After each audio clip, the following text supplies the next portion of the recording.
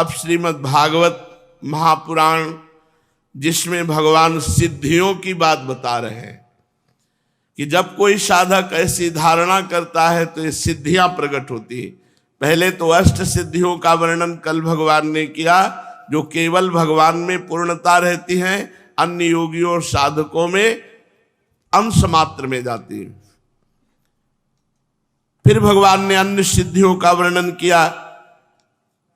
8 सिद्धियां मुझ में स्वभाव से ही रहती हैं, जिन्हें मैं देता हूं उन्हीं को अंशतः प्राप्त होती है। अणिमा, महिमा, लघिमा, प्राप्ति, प्राकाम्य, ईशिता, वशिता, कामा, वशायिता, ये 8 सिद्धियां भगवान में रहती हैं।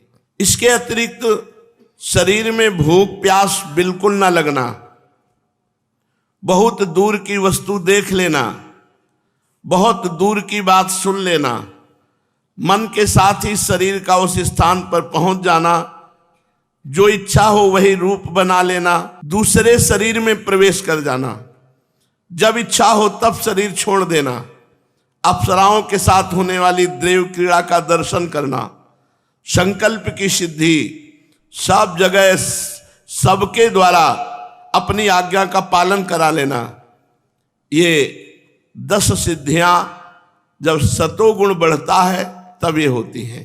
भूत भविष्य वर्तमान की बात जान लेना, गर्मी सर्दी सुख दुख राग द्वेष आदि द्वंद्वों के वश में ना होना, दूसरे के मन की बात जान लेना, अग्नि सूर्य जल विष आदि की शक्ति को स्तंभित कर देना, कभी भी किसी से पराजित ना होना, ये 5 सिद्धियां अष्टांग योग के द्वारा प्राप्त होती। प्रिय उद्धव, योग धारणा से जो सिद्धियां प्राप्त होती हैं उनका मैंने नाम निर्देश के साथ वर्णन किया।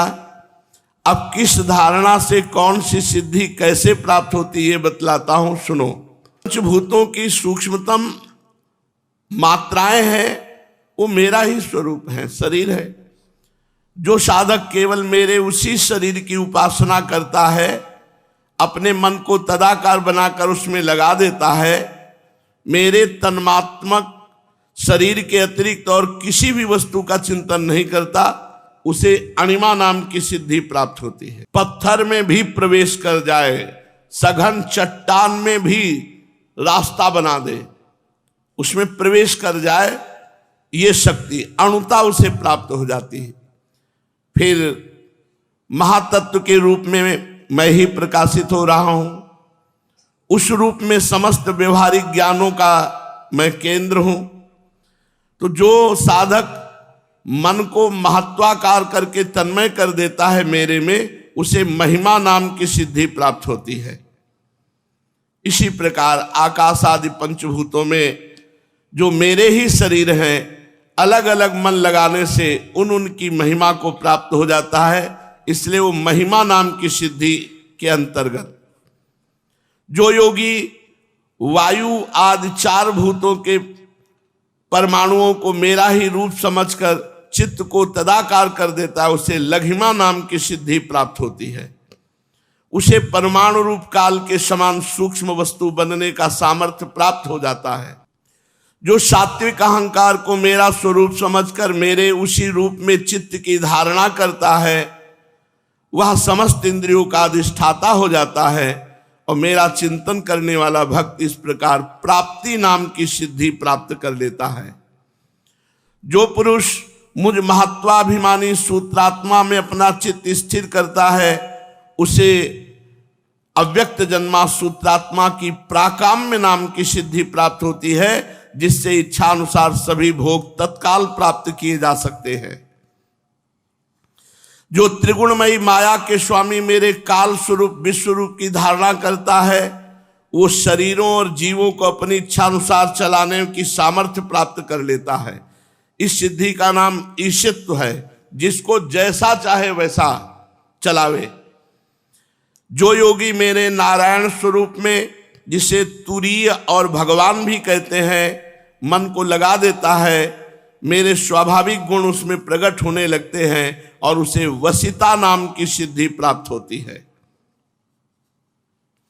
निर्गुण ब्रह्म भी मैं ही हूं, जो अपना निर्मल मन मेरे इस निर्गुण ब्रह्म स्वरूप में स्थिर कर लेता है उसे परमानंद स्वरूपिणी कामावसायिता नाम की सिद्धि प्राप्ति होती है।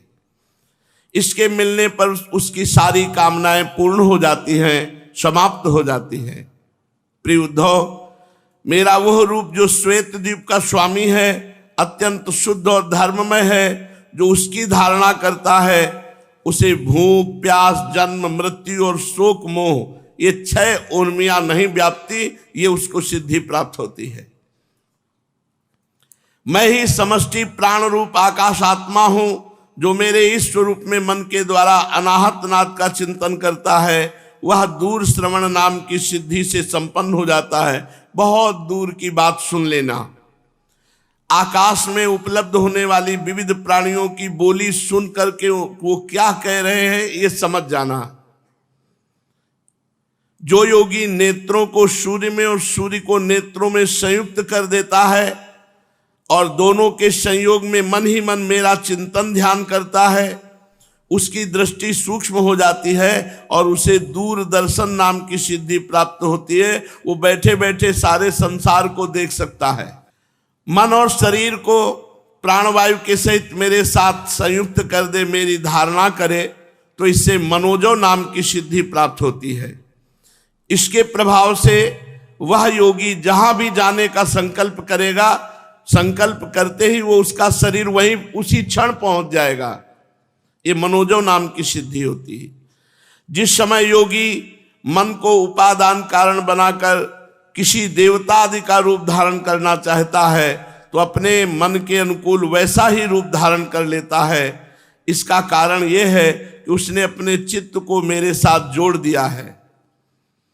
जो योगी दूसरे शरीर में प्रवेश करना चाहे वो ऐसी भावना करे कि मैं उसी शरीर में हूं, ऐसा करने से उसका प्राण वायु रूप धारण कर लेता है और वो एक फूल से दूसरे फूल पर जाने वाले भौरे के समान अपना शरीर छोड़कर दूसरे शरीर में प्रवेश कर जाता। योगी को यदि शरीर का परित्याग करना हो तो एड़ी से गुदा द्वार को दबाकर प्राणवायु को हृदय, वक्षस्थल, कंठ और मस्तक में ले जाए, फिर ब्रह्मरंध्र के द्वारा उसे ब्रह्म में लीन करके शरीर का परित्याग कर दे। जिसके प्राण नीचे के द्वारों से निकलते उसे नरक की प्राप्ति होती। इसलिए योगी को चाहिए कि गुदा द्वार को एड़ी से बंद करके और भगवान का चिंतन करते हुए नाभि, हृदय, कंठ और फिर मस्तक में ब्रह्मरंध्र में ले जाकर प्राण छोड़े, वो मोक्ष को प्राप्त होता है। यदि उसे देवताओं के विहार स्थलों में क्रीड़ा करने की इच्छा हो तो मेरे शुद्ध सत्वमय स्वरूप की भावना करे। ऐसा करने से सत्व गुण की अंश स्वरूपा अप्सराएं विमान में चढ़ाकर उसके नाना प्रकार की कामनाओं की पूर्ति करती हैं, लेकिन ये सब मायामय है। जिस पुरुष ने मेरे सत्य संकल्प स्वरूप में अपना चित्त स्थिर कर दिया, उसी के ध्यान में संलग्न रहा, वो अपने मन से जिस समय जैसा संकल्प करता है उसी समय उसका वह संकल्प सिद्ध हो जाता है। मैं ईशत्व और वशित्व इन दोनों सिद्धियों का स्वामी हूं, इसलिए कभी कोई मेरी आज्ञा टाल नहीं सकता।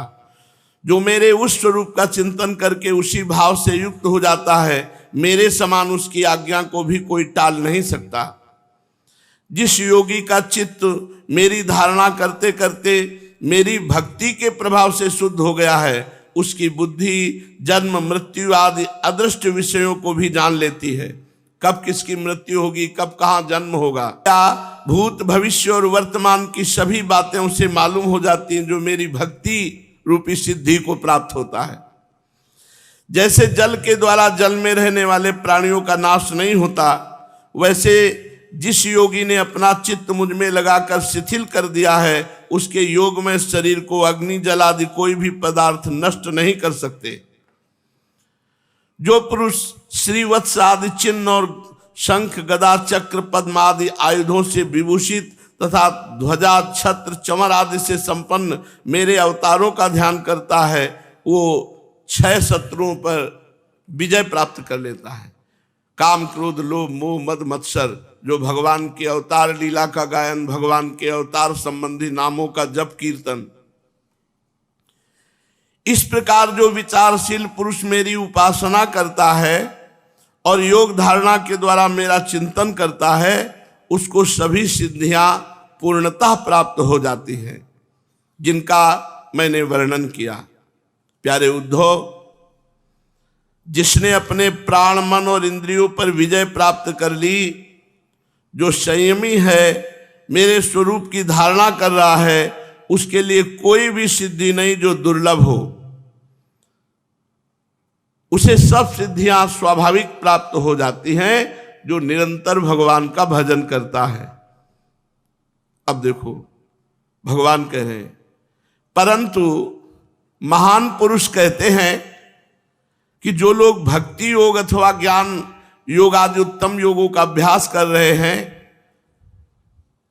उनके लिए सिद्धियां प्राप्त होना विघ्न है, क्योंकि इनके कारण व्यर्थ ही उनके समय का दुरुपयोग होता है। जगत में जन्म, औषधि, तपस्या और मंत्रादि के द्वारा जितनी सिद्धियां प्राप्त होती हैं, वे सभी योग के द्वारा मिल जाती हैं। परंतु जिसे सिद्धियां मिल जाती हैं, तो योग की अंतिम सीमा सारूप्य, शालोक्य, सामीप्य आदि मोक्ष को प्राप्त नहीं होता। इसीलिए प्रायः संत महात्मा जन कोई भी सिद्धि स्वीकार नहीं करते, क्योंकि या तो कोई मोक्ष पद प्राप्त करना चाहता है या भगवान का साक्षात्कार। दोनों सिद्ध पुरुषों को जो ऐसी सिद्धियां प्राप्त करते हैं, उनको नहीं होता। ब्रह्मवादियों ने बहुत से साधन बतलाए हैं, योग, सांख्य, धर्म आदि। उनका एवं समस्त सिद्धियों का एकमात्र मैं ही हेतु, स्वामी और प्रभु हूं। जैसे स्थूल पंचभूतों में बाहर भीतर सर्वत्र सूक्ष्म पंच महाभूत ही हैं, सूक्ष्म भूतों के अतिरिक्त स्थूल भूतों की कोई सत्ता ही नहीं है, वैसे ही मैं समस्त प्राणियों के भीतर दृष्टा रूप से और बाहर दृश्य रूप से स्थित हूं। मुझ में बाहर और भीतर का भेद नहीं है, क्योंकि मैं निरावरण एक अद्वितीय आत्मा हूं। उद्धव जी ने कहा, भगवान आप स्वयं परब्रह्म हैं, ना आपका आदि है ना अंत, आप आवरण रहित अद्वितीय तत्व हैं। समस्त प्राणियों और पदार्थों की उत्पत्ति, स्थिति, रक्षा और प्रलय के कारण भी आप ही हैं। आप ऊंचे नीचे सभी प्राणियों में स्थित हैं, परंतु जिन लोगों ने अपने मन और इंद्रियों को वश में नहीं किया है, वे आपको नहीं जान सकते। आपको यथोचित जान पाते हैं तो ब्रह्मवेत्ता पुरुष। बड़े बड़े ऋषि महर्षि आपके जिन रूपों और विभूतियों का परम भक्ति के साथ उपासना करके सिद्धि प्राप्त करते हैं, मैं आपकी विभूतियां सुनना चाहता हूं। उद्धव जी ने प्रश्न किया। समस्त प्राणियों के जीवनदाता प्रभु, आप समस्त प्राणियों के अंतरात्मा हैं। आप उनमें अपने को गुप्त रखकर लीला करते रहते हैं। आप तो सबको देखते हैं, परंतु कोई आपको नहीं देख पाता। भगवान सबको देखते हैं। वो आपकी माया से ऐसे मोहित हो रहे हैं कि वे आपको नहीं देख पाएंगे। अगर माया मुक्त हो जाए तो अभी भगवान के दर्शन हो जाए। अचिंत ऐश्वर्य संपन्न प्रभु, पृथ्वी, स्वर्ग, पाताल तथा दिशा विदिशाओं में आपके प्रभाव से युक्त जो जो भी विभूतियां हैं, आप कृपा करके मुझसे उनका वर्णन कीजिए। प्रभु, मैं आपके उन चरण कमलों की वंदना करता हूं जो समस्त तीर्थों को भी तीर्थ बनाने वाले हैं। भगवान श्री कृष्ण ने कहा, प्रिय उद्धव, तुम प्रश्न का मर्म समझने वालों में शिरोमणि हो। जिस समय कुरुक्षेत्र में कौरव पांडवों का युद्ध छिड़ा हुआ था, उस समय शत्रुओं से युद्ध के लिए तत्पर अर्जुन ने मुझसे यही प्रश्न किया था। अर्जुन के मन में ऐसी धारणा हुई कि कुटुंबियों को मारना और सो भी राज्य के लिए, ये तो बहुत ही निंदनीय अधर्म है। साधारण पुरुषों के समान वह यह सोच कर रहा था कि मैं मारने वाला हूं और ये मरने वाले हैं। यही सोचकर अर्जुन युद्ध से उपरत हो गया।